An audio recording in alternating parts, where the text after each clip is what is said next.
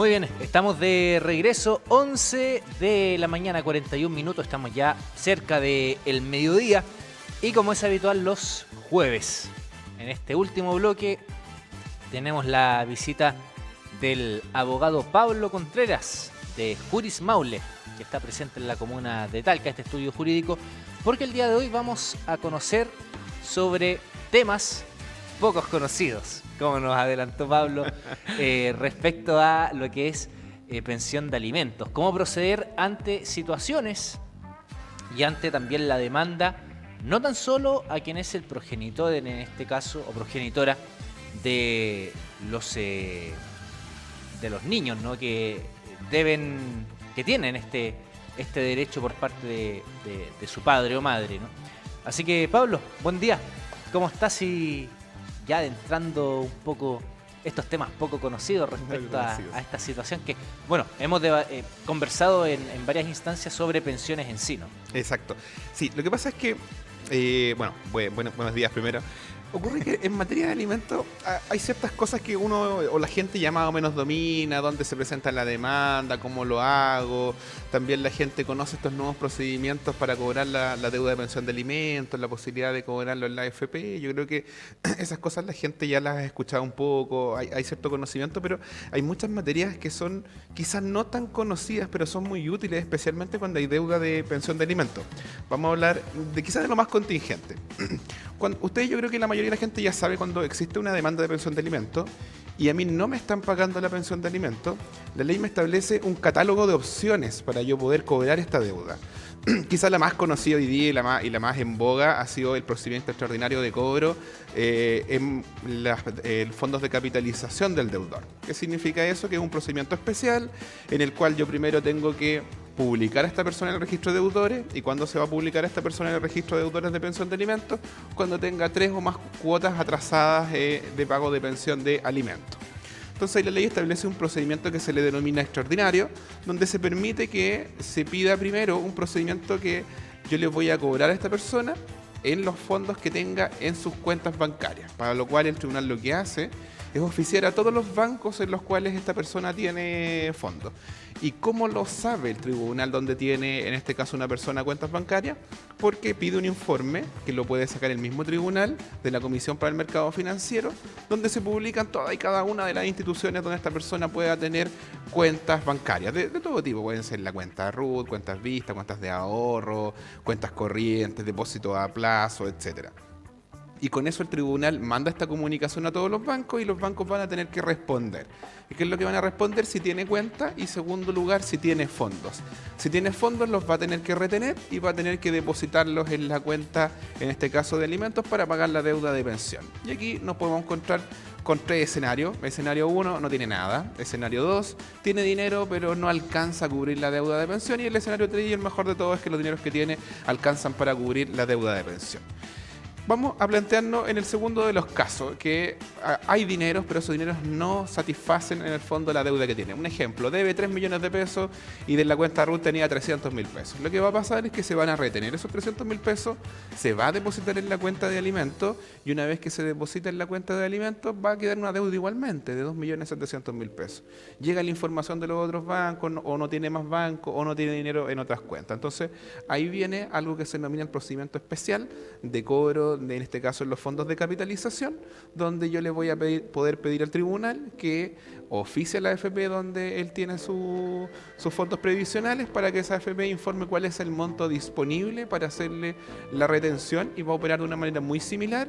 Se va a enviar la deuda que tiene para que la AFP pague con los fondos que tiene. Aquí, dependiendo de la edad de la persona, se va a poder sacar desde un 80 hasta un 50% de los fondos de capitalización. La misma AFP va a informar en el fondo cuántos años le faltan de jubilación y dependiendo de los años que tenga, va a ser el monto que se le va a poder sacar en razón de los montos que tiene en total. Hasta aquí yo creo que la gente que lo ha hecho más o menos lo tiene claro.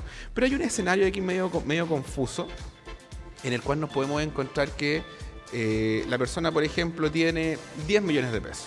Pero en realidad le faltaba poco para jubilar, entonces la AFP dice que se puede sacar hasta un monto máximo de 5 millones de pesos. Pero me tenía una deuda de 12 millones de pesos.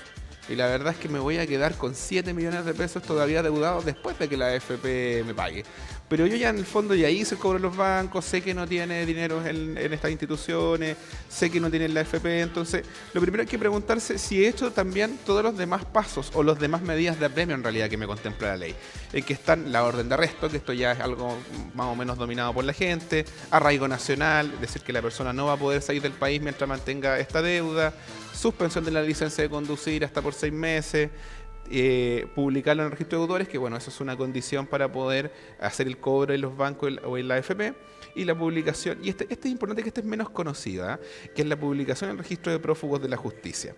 Una breve explicación para que se entienda. Cuando ustedes envían una orden de arresto, ya por deuda de pensión de alimentos, esto va a llegar a Carabineros o va a llegar a la PDI. Pero esto se asigna a un funcionario determinado, y ese funcionario es el que va a buscar a esta persona para poder ponerla a disposición, en este caso de Gendarmería.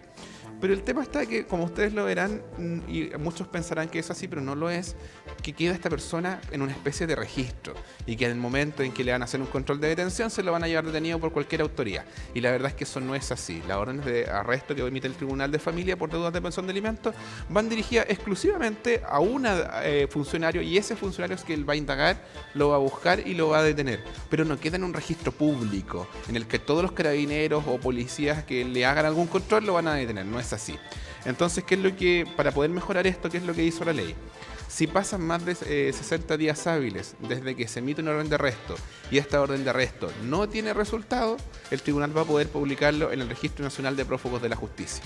Este es el mismo registro que se utiliza cuando una persona, por ejemplo, tenía una condena y se escapa y no la cumple. ¿Qué significa eso? Que cualquier control que tenga esa persona en cualquier parte del país, a esa persona la van a tomar detenida y la van a poner a disposición, en este caso, de Gendarmería. Entonces, la verdad es que este es un mecanismo que es poco conocido, pero que es bastante eficiente para poder detener a estas personas cuando no las pueden encontrar. Pero imaginémonos el caso, y esto ocurre, de que en realidad yo ya hice todo. Cobré en la FP, tenía fondos, pero en realidad esos fondos no alcanzaron a cubrir, como explicaban antes, tenía 10 millones, pero solo le podía sacar 5 y por ende le quedaron 5 adentro, pero no se los pude retirar porque el tope era 50%. Y aquí viene una pregunta que en realidad mucha gente se hizo y no tenía una clara respuesta, y de a poquito algunos tribunales han ido dando una respuesta.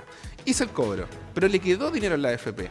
O al contrario, por ejemplo, ya lo hice el cobro hace 8 meses y esta persona yo sé que está trabajando y está reuniendo fondos en la AFP. ¿Puedo volver a solicitar este procedimiento extraordinario? La verdad es que cuando esto partió, y de hecho mi opinión también inicialmente era la misma, que esto no era posible. ¿Por qué motivo? Porque el objetivo original de esta norma, y así estuvo en la discusión parlamentaria, era de que se iban a establecer estos límites de 50%, 80%, con el objetivo justamente de que a estas personas les quedaran fondos de capitalización para cuando se fueran a jubilar.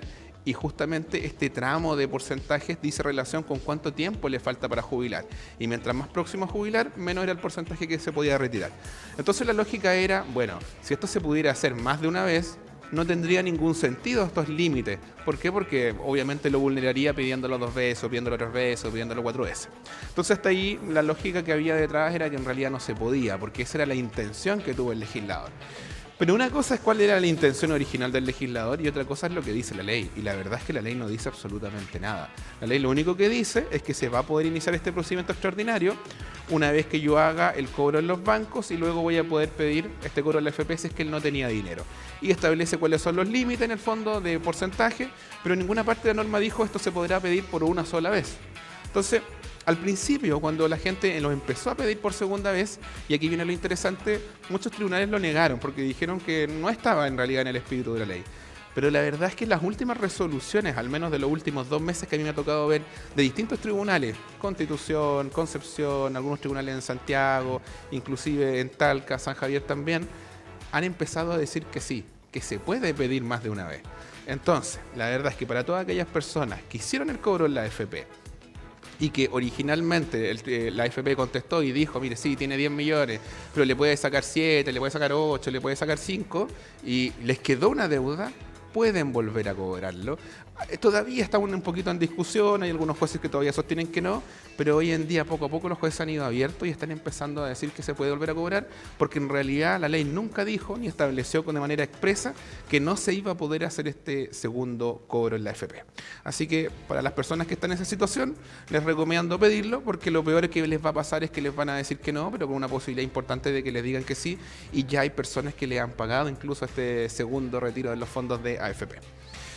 Pero bueno, también podemos encontrarnos con personas que digan, no, yo en realidad ya le hice el cobro en la AFP y no tenía nada, o tenía muy poco, o en realidad él no tiene un contrato de trabajo y por ende no junta dinero en la AFP, así que no saco nada con cobrarlo.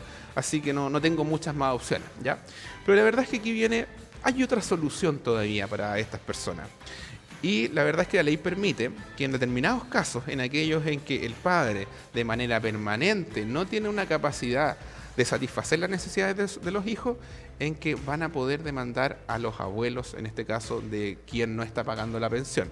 Estamos hablando de la lógica de un padre, pero también tienen que pensar que puede ser la mamá. Entonces, esto les va a permitir, en este caso, que aquellas personas a que no le están pagando la pensión de alimentos y hay un incumplimiento permanente, puedan interponer una demanda de alimentos en contra de los abuelos del alimentante que no paga, ¿ya?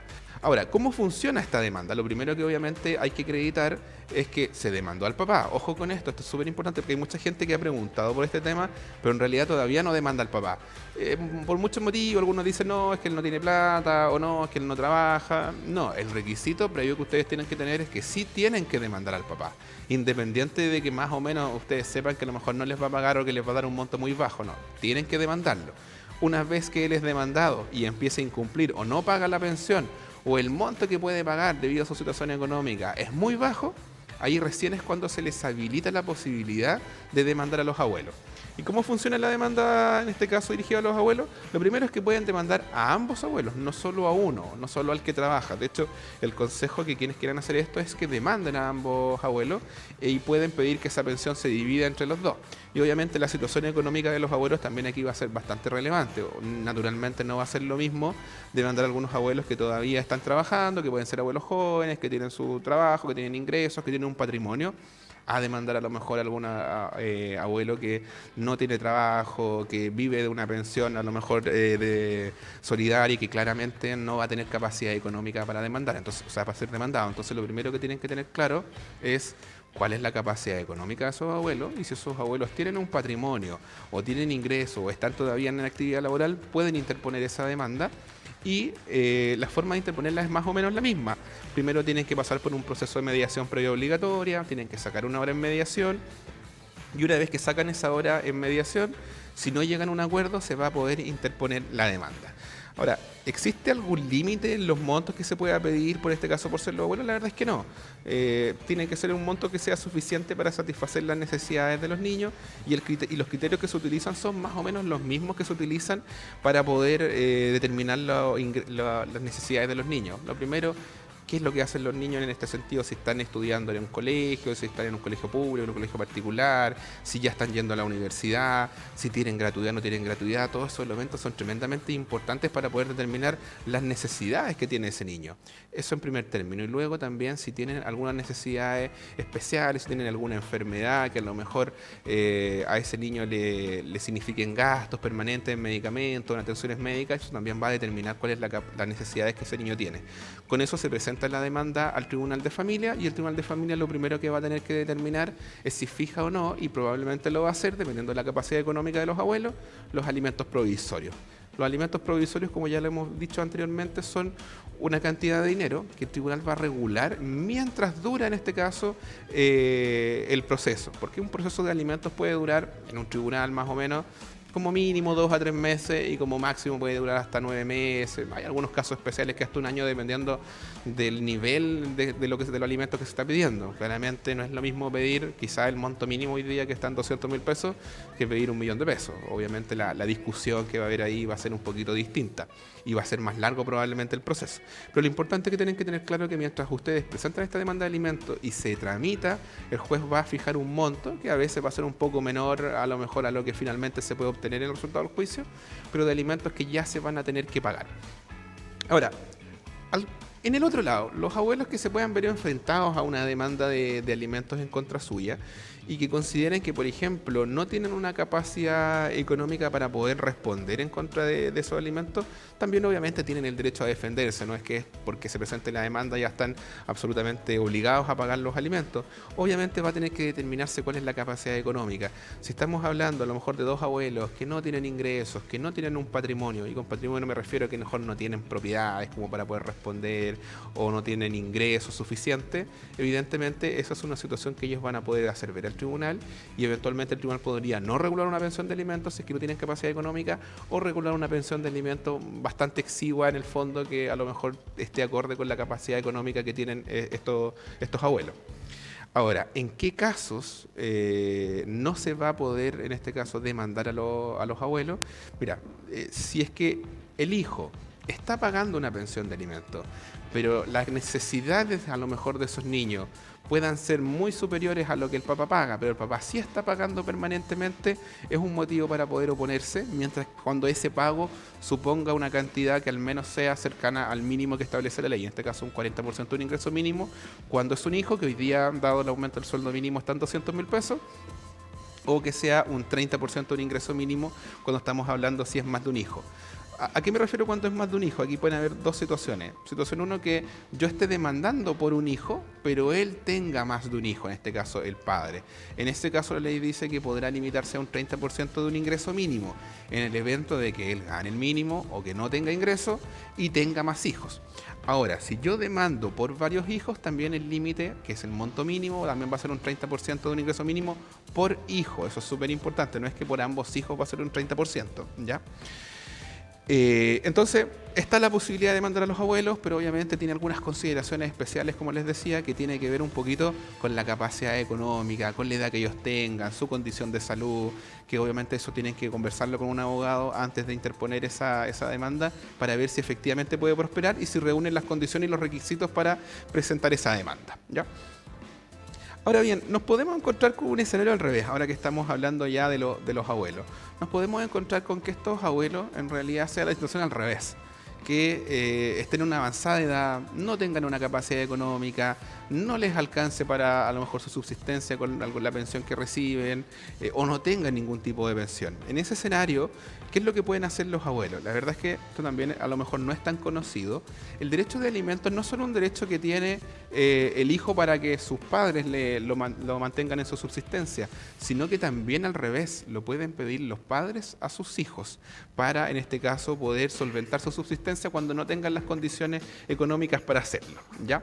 Entonces, ¿quién puede hacerlo? Cualquier persona que en este caso que tenga hijos, que sean mayores de edad, que tengan una capacidad económica evidentemente y ellos no estén en condiciones de hacerlo. ¿Y cómo se hace? También es muy similar al otro procedimiento. Se tiene que primero pasar por una mediación. En el evento de que no se llegue a acuerdo en mediación, se puede presentar una demanda. Pero aquí los casos igual pueden ser bastante especiales, porque por una cuestión natural, cuando yo demando a mi papá o a mi mamá, es porque probablemente yo vivo con mi papá y mi mamá y demando a uno de mis padres. En casos excepcionales uno podría demandar a ambos padres, pero acá nos encontramos que yo podría tener, o el adulto mayor que quiere hacer esta presentación, puede tener varios hijos. Entonces aquí viene la pregunta, ¿tengo que demandar a todos los hijos? ¿Puedo demandar a solo uno de los hijos? Y es un asunto bien controvertido. La verdad es que va a depender un poco, porque de repente hay muchos adultos mayores que sí son ayudados por alguno de sus hijos. Por ejemplo, típica situación donde este adulto mayor vive con alguno de sus hijos y ese hijo lo cuida, lo ayuda, lo mantiene, pero en realidad, dada que él también tiene sus propios gastos, tiene hijos, no le alcanza para poder ayudar a su padre, él podría demandar a los demás hijos para que estos se hicieran cargo de aquellas necesidades que él no puede cubrir. O también, si así lo desea, podría incluso incluir a este hijo, no con el objetivo a lo mejor de demandarlo si finalmente él también está aportando, pero para que ese aporte se regularice y en el fondo las necesidades que este adulto mayor o los adultos mayores, porque podrían ser ambos padres, sean satisfechas por los hijos y se va a dividir obviamente esas necesidades en los hijos que él tenga. Ahora, ahí cada hijo obviamente va a tener que aportar también en razón de su capacidad económica, porque puede que uno de los hijos a lo mejor tenga ingresos mucho más bajos que el otro y el tribunal va a tener que ponderar las capacidades económicas que estos hijos tengan y van a estar obligados a pagar una pensión. Como les decía, el procedimiento es el mismo. Si en mediación necesita un acuerdo, se tiene que presentar una demanda ante el juzgado de familia. Una vez que el juzgado de familia la provee, puede fijar también, igual que como con los hijos, alimentos provisorios, que va a ser este monto de alimentos que se va a tener que empezar a pagar una vez que estén notificados los hijos, mientras dure este proceso. Pero nos podemos encontrar junto con estos mismos abuelos con situaciones bien especiales que tienen mucho que ver con los abandonos del adulto mayor. Voy a poner casos que lamentablemente son bastante recurrentes y que ocurren. Por ejemplo, tenemos dos abuelitos o un abuelito que vive en una casa y a lo mejor tiene algún vecino, algún amigo que lo ayuda y sus hijos nunca lo vienen a visitar, sus hijos no le aportan, sus hijos no le ayudan y este abuelito en realidad está necesitado, no le alcanza para mantenerse el día a día, o a lo mejor sí le alcanza para satisfacer sus necesidades mínimas, pero tiene ciertas necesidades como por ejemplo ya por su edad tiene algún problema de Alzheimer o algún problema de movilidad y necesita a lo mejor una persona que lo cuide o que lo asista en las labores del hogar y ninguno de estos hijos está presente. O también puede suceder que uno de los hijos esté presente y sea el único que se lleva todo el peso de las obligaciones en realidad que tiene este abuelito, pero dado que este abuelito tiene una avanzada edad y tiene algún grado de discapacidad o por ejemplo tiene Alzheimer, claro, él no va a poder presentar una demanda porque no va a poder darle un poder a un abogado, por ejemplo, porque no está todavía en sus facultades mentales. Entonces, mucha gente dice, bueno, ¿y cómo lo hacemos? Porque en realidad tenemos una persona que está con problemas, que necesita una ayuda de su hijo, que fue abandonado por su familia, pero que necesita esta ayuda y no puede demandar. Aquí la verdad es que existen dos soluciones, una que es más lenta y una que es bastante más rápida y que puede solucionar el problema al menos de manera provisoria. La forma normal en que esto se hace es que alguno de los familiares pueda pedir que a esta persona, que a lo mejor ya está con problemas de salud mental, que se le declare interdicto. La interdicción es un acto donde a esta persona se declara que tiene esta discapacidad y se le nombra, en este caso, un tutor, que va a ser una persona que lo va a representar. Y esta persona va a poder el día de mañana administrar los bienes de esta persona, ojo, no va a poder venderlos, ¿ya? Y va a poder también, dentro de otros, demandar de alimentos a estos hijos que no están haciendo ningún aporte, o si es que no existe nadie que esté haciendo un aporte, en este caso a todos los hijos. Ahora, el problema que tiene la declaración de interdicción, que es una demanda que se presenta ante el juez civil, no ante el juez de familia. Y es un procedimiento que no es tan rápido y muchas veces requiere en realidad de una tramitación larga porque aquí nos podemos encontrar con dos escenarios. Tenemos un abuelito que ya fue evaluado, por ejemplo, por el COMPIN, consideró que era discapaz y lo calificó como discapaz. Ese procedimiento de interdicción, cuando una persona ya está declarada, en este caso por el COMPIN, como una persona discapacitada, especialmente en el área de salud mental, va a tener un trámite más o menos de 6 meses a 8 meses en un tribunal civil para declararlo interdicto. Pero el problema es que si esa persona todavía no ha sido declarada por el COMPIN como discapacitado, el trámite es mucho más largo, a veces puede durar más de un año. Y tiene que notificarse a todos los hijos, ver quién se quiere hacer cargo, si efectivamente tiene un problema, hacer los exámenes médicos. Entonces, claro, uno puede decir, chuta, pero es que en el fondo no es una ayuda porque este abuelito necesita una ayuda pronta y rápida. Bueno, existe una solución alternativa. Cuando un adulto mayor se encuentra abandonado por su familia o por sus hijos especialmente, o por parte de sus hijos, porque recuerden que podría que uno se esté haciendo cargo, pero no tiene la capacidad, ni el tiempo, ni el dinero para poder satisfacer todas las necesidades, puede presentar una demanda de violencia intrafamiliar. ¿Por qué? Porque el abandono del adulto mayor es una causal de violencia intrafamiliar. Y en el marco de este procedimiento de violencia intrafamiliar se va a designar una persona, que es un abogado que va a representar los intereses de este adulto mayor, que no puede actuar en juicio porque tiene este problema de salud mental, que a lo mejor no ha sido declarada todavía como incapaz por parte de otro tribunal, pero es evidente que no tiene la facultad de hacerle peticiones al tribunal. Y por intermedio de este curador se pueden regular alimentos, porque le puede pedir al tribunal que de manera provisoria, en el marco de esta demanda de violencia intrafamiliar, donde se le va a notificar a los hijos, dado este abandono que tienen necesidades económicas que satisfacer, y el juez va a poder fijar alimentos mientras se pueda tramitar el otro procedimiento y que ya le va a designar una persona que va a ser un tutor o curador que va a poder demandar de alimentos ya definitivamente a favor de él. Entonces esta demanda de violencia intrafamiliar puede solucionar inclusive dos problemas. Primero, obligar en este caso a los hijos que no se están haciendo cargo, que se hagan cargo desde un punto de vista económico, pero que también tengan la obligación de hacerse cargo de los cuidados de su padre o madre que está en esta condición de abandono. Y también, inclusive, esto para que la gente lo tenga conocimiento, que el abandono de un adulto mayor por parte de sus hijos es una causal de indignidad para suceder. ¿Qué significa eso? Supongamos que tenemos un abuelito que fue abandonado por sus hijos, tenía propiedad, incluso tenía dinero, y esta persona fallece finalmente en gran parte producto de este abandono, que son situaciones que no son tan ajenas a lo que ocurre en la realidad. No es un caso hipotético, pasa y pasa bastante frecuentemente. Si estas personas fueron abandonadas por sus hijos y falleció esta persona, cualquier tercero interesado que pueda ser eventualmente heredero puede solicitarle a un tribunal que declare como indigno para suceder. ¿Y eso qué implica en la práctica? Perder los derechos hereditarios que en el fondo tiene los hijos, y podría pasar, por ejemplo, una herencia a un hermano de esta persona, algún sobrino, dependiendo del parentesco. Entonces, tienen que tener claro que no solo es un acto de violencia intrafamiliar el hecho de abandonar a un adulto mayor, sino que además puede que no puedan recibir ninguna herencia de esa persona. Entonces, en el fondo es como una especie de castigo que hay cuando, en este caso, los adultos mayores son abandonados. Y por último, vamos a hablar de un tema que es bien puntual, pero la verdad es que es bastante frecuente y más de lo que uno querría. Supongamos que tenemos un hijo al cual yo pago alimentos. Tengo derecho de visita, permanentemente yo lo cumplo, pero el día de mañana, por algún motivo especial, tiene que salir del país, ¿ya? Entonces la mamá o el papá que tiene a cargo el cuidado me pide una autorización para salir del país. Aquí nos podemos encontrar con varios escenarios. Que yo doy la autorización, esto se hace a través de una notaría, donde la cual yo firmo un poder para que este niño o niña salga del país por un tiempo determinado.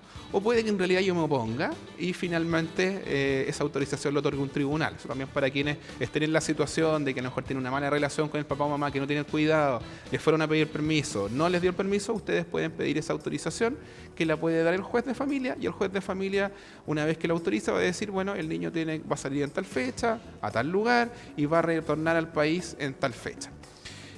Pero aunque esté, bueno, yo creo que más de alguno le ha tocado un caso, y resulta que se da esta autorización, voluntaria o no, por parte del tribunal, y el niño no vuelve. ¿Qué es lo que puede hacer un papá que se encuentra en una situación como esta? Que es un caso bastante complejo. El primero de ellos es que está directamente relacionado con los alimentos, es que la ley dice que, habiéndose otorgado una autorización para salida del país con una fecha determinada y ese niño no vuelve, se puede pedir el cese de los alimentos mientras el niño no se encuentra en el país. Entonces ese puede ser un primer remedio, porque obviamente que el niño no esté en el país y ustedes no puedan verlo y tengan además la obligación de pagar alimentos, evidentemente es bastante gravoso para la persona que le ocurre. Entonces ya la primera medida de presión es dejar de pagar la pensión de alimentos. Pero obviamente esto no es una cuestión que ustedes lo puedan hacer solo y de manera inmediata. Tienen que pedir el cese de los alimentos al tribunal. Y esto se lo recuerdo a todos como tips. Esto ya sea que el hijo cumplió más de 21, no está estudiando, o tiene más de 28 años, para que esos alimentos cesen, no basta con que ustedes dejen de pagar y digan que ya tiene más de 28. Tienen que pedirlo formalmente. Y aquí nuevamente lo mismo que hablábamos antes. La única forma de pedirlo es a través de un acuerdo en mediación o a través de una demanda judicial donde el juez declare este cese de los alimentos. Y por último, ya, ok, dejé de pagar la pensión, pero en realidad a la mamá o al papá que tiene el niño no le interesa. ¿Tengo alguna opción considerando que este niño se encuentra fuera del país? La verdad es que sí, hay un procedimiento especial que está regulado en nuestra legislación, que en este caso se denomina el secuestro internacional. A pesar de que el término es como un poquito fuerte, secuestro internacional, porque en realidad es un niño que salió con su mamá o con su papá autorizado. Desde el momento en que pierde esa autorización, existe la posibilidad de que se demande por secuestro internacional. Hay tratados internacionales suscritos entre la mayoría de los países del mundo que regulan y resguardan los derechos de este niño que se encuentra fuera del país, donde a través de una orden judicial del país de origen, en este caso del país de Chile, puede, a través de ciertos convenios que tienen las distintas Cortes Supremas en los países, ordenar que esta orden del tribunal chileno se haga cumplir en otro país y a ese niño lo traigan por la fuerza al país de origen, que en este caso es Chile. Entonces, tiene solución, aunque parezca algo poco frecuente, nos ha pasado bastante en el último tiempo y hay mucha gente que piensa que no se puede hacer nada por ser un país extranjero. Pero sí se puede hacer, existen tratados internacionales. El primer paso es ese, cesar la pensión de alimentos, y el segundo ya, que es más grave, a través de la demanda de secuestro internacional.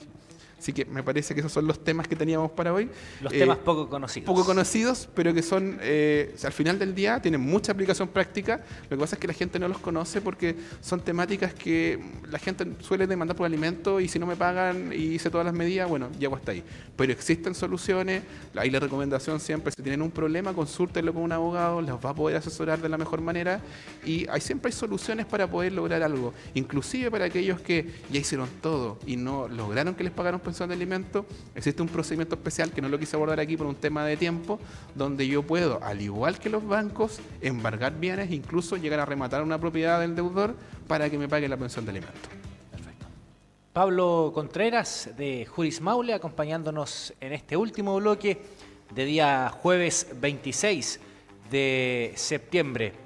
Estamos viendo ya en pantalla la página web de Juris Maule para agendar algún tipo de hora para asesoría, ya sea en materias de pensiones y, bueno, de todas las otras materias que le competen también a Juris Maule, ¿no? Exacto. A través de nuestra página web nos van a poder contactar, ahí van a encontrar nuestro número de teléfono, van a encontrar nuestro WhatsApp. Entonces, la recomendación para todos siempre es agenden una hora para poder hacer su consulta. La primera consulta de nosotros y la primera atención es gratuita por cualquiera de nuestros canales, ya sea presencial o por una videollamada.